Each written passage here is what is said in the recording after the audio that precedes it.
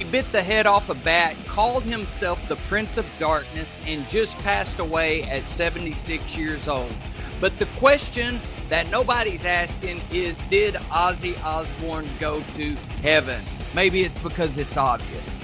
But let's look into this. Ozzy didn't just flirt with darkness, he wore it like a crown. His music was loud, chaotic, and blasphemous. His lifestyle, sex, drugs, and blackouts. His nickname, the Prince of Darkness. This is the same guy who once barked at the moon. He got banned from San Antonio for urinating on sacred ground and lived every rock star cliche with both middle fingers in the air. Ozzy was rebellion incarnate. He wasn't afraid of hell. He joked about it on stage. He was born in Birmingham, England in 1948, raised in a working class home. He was bullied. He was poor. He struggled with dyslexia and depression. Then came music.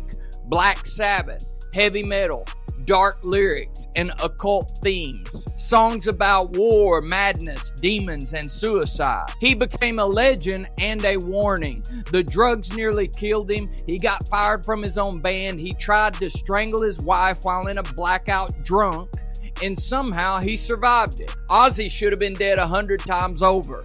But here's what most people don't know. Ozzy actually believed in God. In an interview one time, he said, "Of course I believe in God. There's no other explanation for the miracle of life." As he got older, things changed. The stage got quieter, the spotlight dimmed, his health failed, Parkinson's, surgeries, and exhaustion. He started reflecting, and some say he started praying.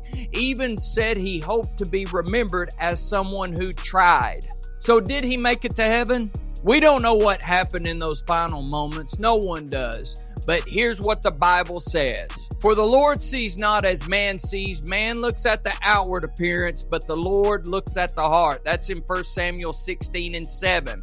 And also in Romans 10:13, it says, everyone who calls on the name of the Lord shall be saved.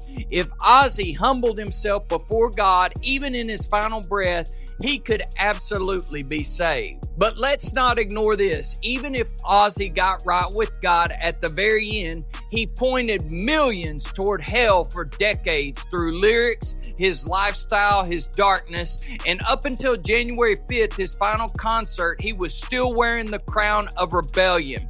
Your salvation may be personal, but your influence is always public. And Ozzy's influence shaped generations. Forgiveness is real, but consequences are too. But listen to this. If God could save a thief on a cross in his final minutes, he could save a man who once bit the head off a bat. But don't wait for that. Here's the real question. Ozzy is gone. But what about you?